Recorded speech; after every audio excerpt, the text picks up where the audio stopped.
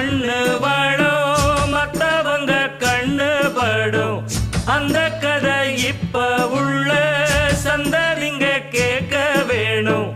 நம்முயிர்க்கு மேலே மானம் அறியாதே, மானம் இழந்தாலே வாழ தெரியாதே.